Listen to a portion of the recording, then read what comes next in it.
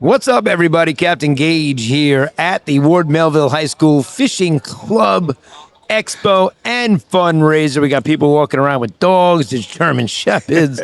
I got people with babies coming into the booth loving the bougie rug. And I'm sitting here again with the man, the myth, the legend from Causeway Tackle. He's with Joe Bags. He's with Pursuit. You see him everywhere.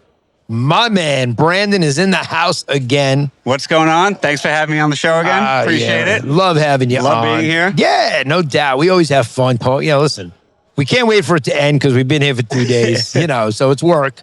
But at the same time, we love what we do. Exactly. Fishing's fun. Yep. I got the guys from Go Deep Montauk sitting in here giving us merchandise that we love and try new stuff. So that's why you come to the show. You got to meet the right people.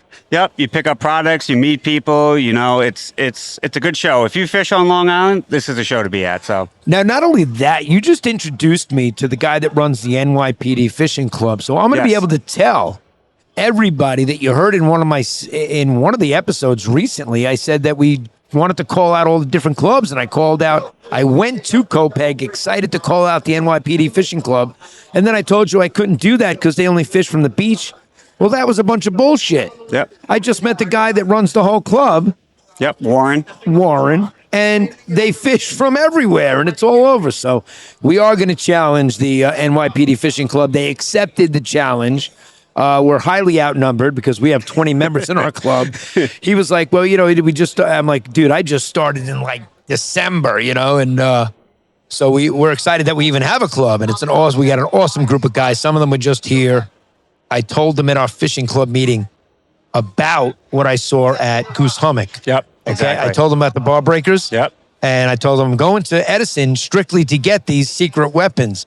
And the secret weapons are here today. Exactly. So they were exposed as some of the guys in my club saw it, and they were like, it gets everybody's attention.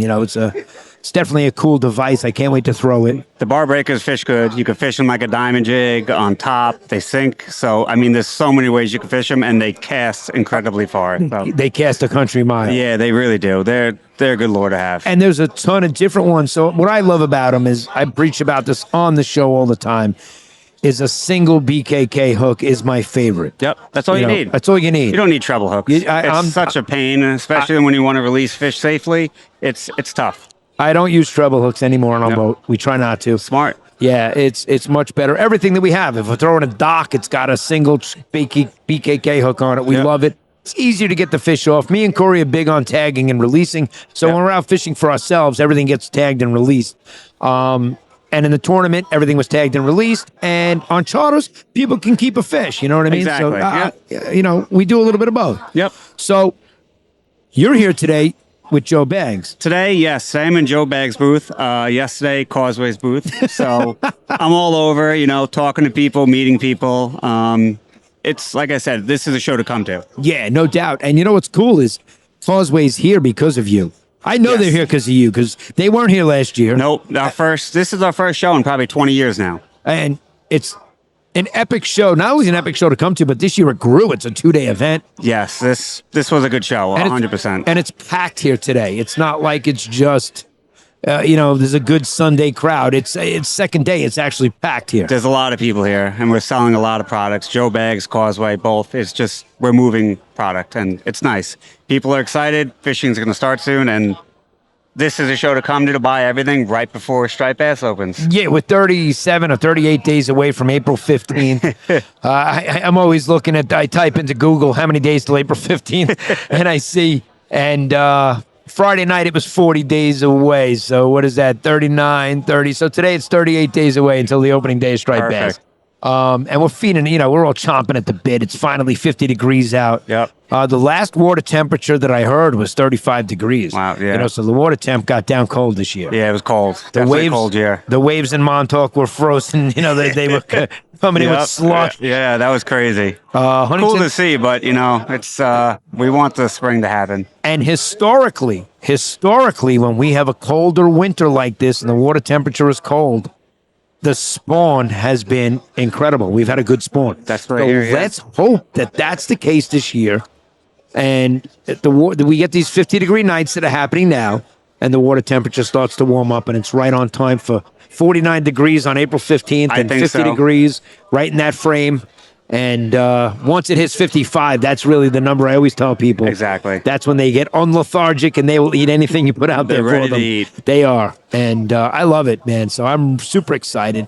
So tell me a little bit more. What do we got planned coming into April? What do you got? Some more shows you're going to go to? I think this is the only show. I might stop at the Edison show. Say what's up to a few different people, but won't be working it. No, I'm not working it either. But me and Corey are going. But it's good to see people, connect with people, and just check out different products. Obviously, maybe even try some fishing up there. Bring a surf rod with me, and there you go. There's got to be some bass in Jersey. I know the guys are catching them. I know they're catching them. They're definitely catching them. They're definitely catching them now. Now, we're going to be at the Edison show this year, me and Corey, just to walk around. Yep.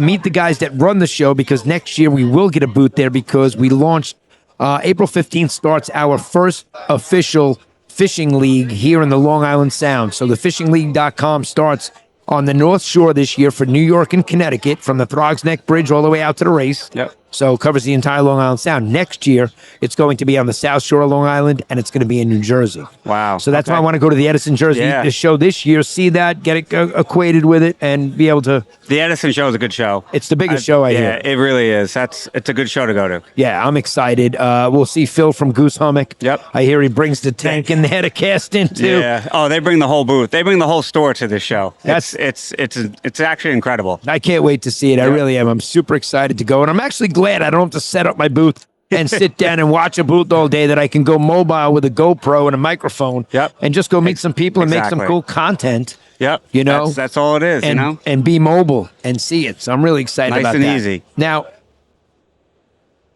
when do you start to get out on the tuna? When is the Pursuit Ambassador going to start hunting? Is it more towards July and June? Maybe beginning of June-ish. Okay. It depends what's around, I'm a striped bass guy. Yeah, me too. I mean, if April 15th is nice, I'm going to run to Raritan Bay. Ooh. That's my go-to spot. We'll see you there now. We're coming from a little further. We're on the North Shore, but we're going to make the run. This is so funny. Every year, right now, me and Corey are planning April 15th to make that way and go over to Raritan Bay, because, it's lights out. It's like Jurassic Park over there. The amount of birds that you see and the shit that's going on. It's incredible. It's out of this world. It really is something to see. It's a spectacle. Yeah. Now, we say we're going. We leave my dock, and in 5 minutes, in 8 minutes, we're at the lighthouse in Huntington. And in 10 minutes, we're either seeing a seal in the bay, big 300-pound seal, and we make a move then, and we know where to go when we see the seal. And we're on 20 and 30-pound bass, and we're like, where are we going? Yeah. Like, why are we going to run to Raritan Bay when they're here? Because, that's what it is. I mean, you don't want to chase fish. You don't want to pass fish to go find fish. That's what it is. And, sometimes you come across them and it's just lights out. So, and that's what I like about the spring is that I'll run to Raritan. Maybe you'll pass fish. If not, there's always fish in Raritan. Right. Big metal lip guy in the spring. Nice. Flutter spoons. Yeah, flutter spoons are a ton of fun. Yeah, last year we did really good. I mean, it was just lights out every trip. Yeah, we won't do any trolling. When me and Corey go out, we don't troll. A lot of times we'll try to put the clients on fish the right way, but there are days we have people on the boat where you have to troll to put them on fish. So I understand from a captain's perspective. Yes. That I got to do that. I stopped trolling maybe like 5 years ago. Sometimes I'll bring mojos to Raritan Bay if you're running that far, but you're going to find fish. You're going to drop a jig down. That's right. Soft plastic. If you can't get them to bite. That's what, It's all technique at this point. That's what it is. And they're there, so they're going to eat. And you have your 5 favorite things you're going to put out there for them. We have our 5 favorite top lures. Exactly. I brought my bag to the club. It was that all-pro bag, and I just opened it up, and it's got all those sleeves, clear sleeves in it. I laid it on the table, and I said, here you go, guys. I did not touch this. This came right off the boat. This is everything me and Corey have. We have the TA clips already on the rod. We pull the TA clip down. We clip one of these on, and we go out. Because we're prepared for battle the minute we leave the dock. Yeah. There's no getting out there and putting something on. No. The night before, you rig up, new mono leaders every trip, TA clips, and you got to be ready. You got to be prepared. Yep, exactly. And 100% you need to be prepared because you don't know what you're going to have to throw at them. Exactly. So this is funny. We see birds. We see some seagulls sitting in the water in the bay, in Huntington Bay. And I go over there to check out because usually birds, to me, sitting in the water, they know there's fish there. Oh, 100%. And they're waiting for some, push up some bait and do something, right? So I'll put a screenshot up here. I'll put a picture up here on the screen right now and show you guys what the sonar looked like. And I had Kenny, who worked in Field and Stream for many, many years. And a lot of people know Kenny here on Long Island. I had him on the boat. He's an excellent fisherman. He fishes from the shore. He fishes from boats. But he's really, really good at this. Me and Corey are putting down floater spoons, and the two of us are hooked up. Yep. Right? And I'm yelling at Kenny, grab the GoPro. I just want you to shoot some footage. And he's going, fuck you. He's like, give me the floor. He's like, what color floater spoon are you guys using? And the two of us had gold on. He had a silver down, and he wasn't getting touched. Right? That's so So funny. he's yelling at us. Next thing you know, he puts a gold floater spoon on, and he's in on the fun. And we're all on 30-pound bass.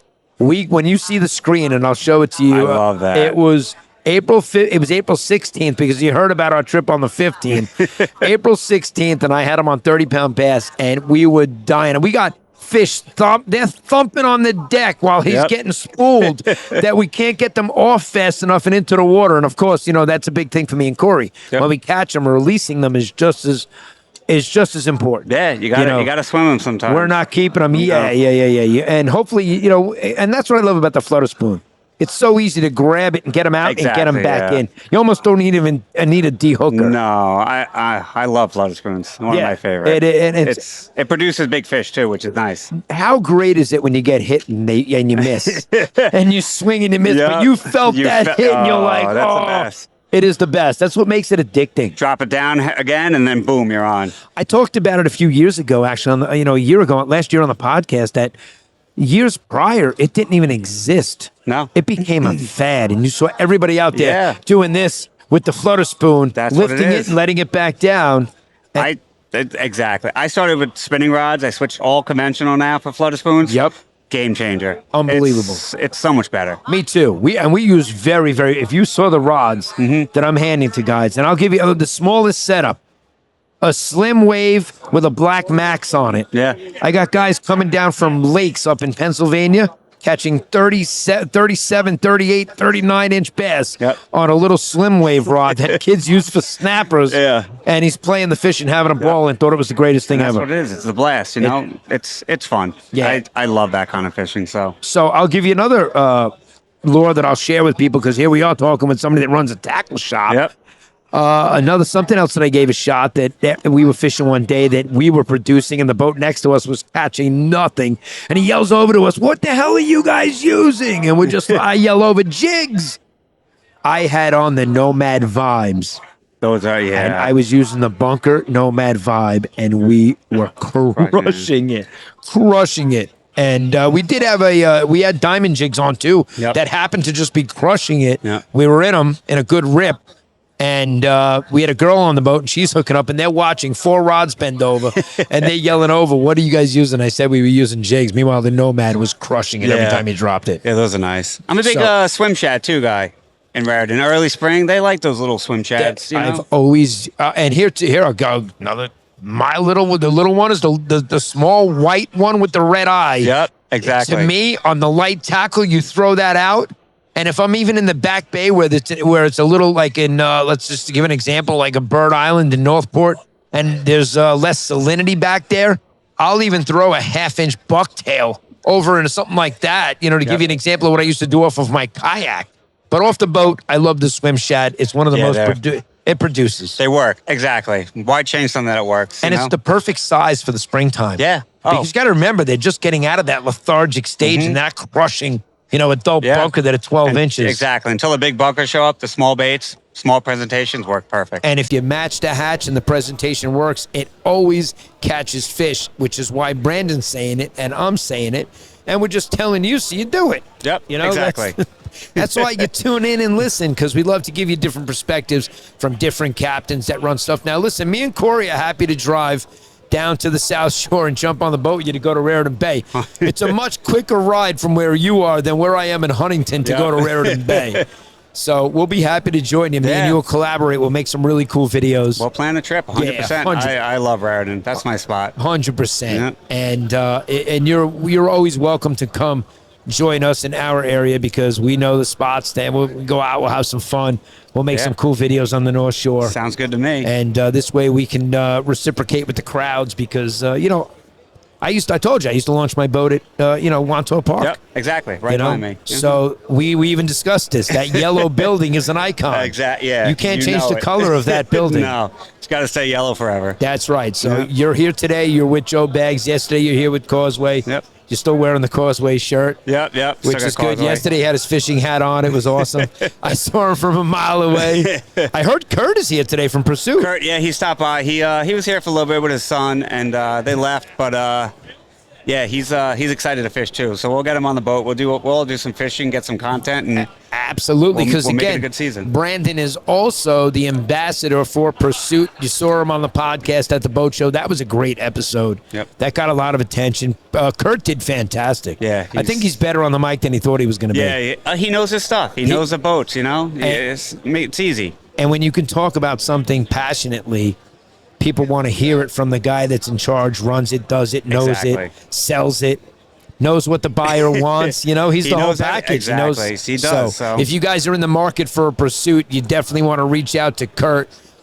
We could always put a link to that information in the description here. We're always happy to include Kurt because Brandon is also an ambassador for Pursuit. And it was great having you two on at the boat show. It really was. It was good. Very happy. So is there anything else you want to plug for the springtime here? We're a few days away, man. This is it. Just make sure you're ready to fish. New braid, new mono, whatever you need. You guys stop by the shop. We'll point you in the right direction and just get ready to fish. It's going to turn on soon. Now's the time to bring the reels in to get them fixed. Don't wait until May. Exactly. Everyone waits. You need reel service. Bring it now. Get new line. That's right. Get it all done now. Get them cleaned. You're going to be sorry if you wait too long and they won't be ready. Because then there's a waiting list. And he's like, I can't get them done for a week or two. Exactly. And it's a couple of weeks. It's not like we tell you come back in like 3 days, you'll get them. No, yeah. Season's going to start, so jump on it now. Right. So there you go. Professional advice from a captain that knows his stuff. Love having you on. You're always welcome to come on Bay Rats and Buoys. Thank you. Absolutely. And you want to plug any social media? Because I know you're the king of Causeway over there on Instagram. Yeah, Causeway Bait and Tackle. That's the shop Instagram. Weitz1. That's my personal one. If you guys have any questions, you can message me. I'm happy to help. I love helping people fish. So just catch them up. That's it. Captain Gaige, Captain Brandon, Bay Rats and Buoys. We are here live at the Ward Melville Fishing Club Expo and fundraiser for the second day of this event, March 8th. Closing it out. Wishing everybody bent rods, tight lines, and I'll see you out on the water. Captain Gaige and Brandon, over and out.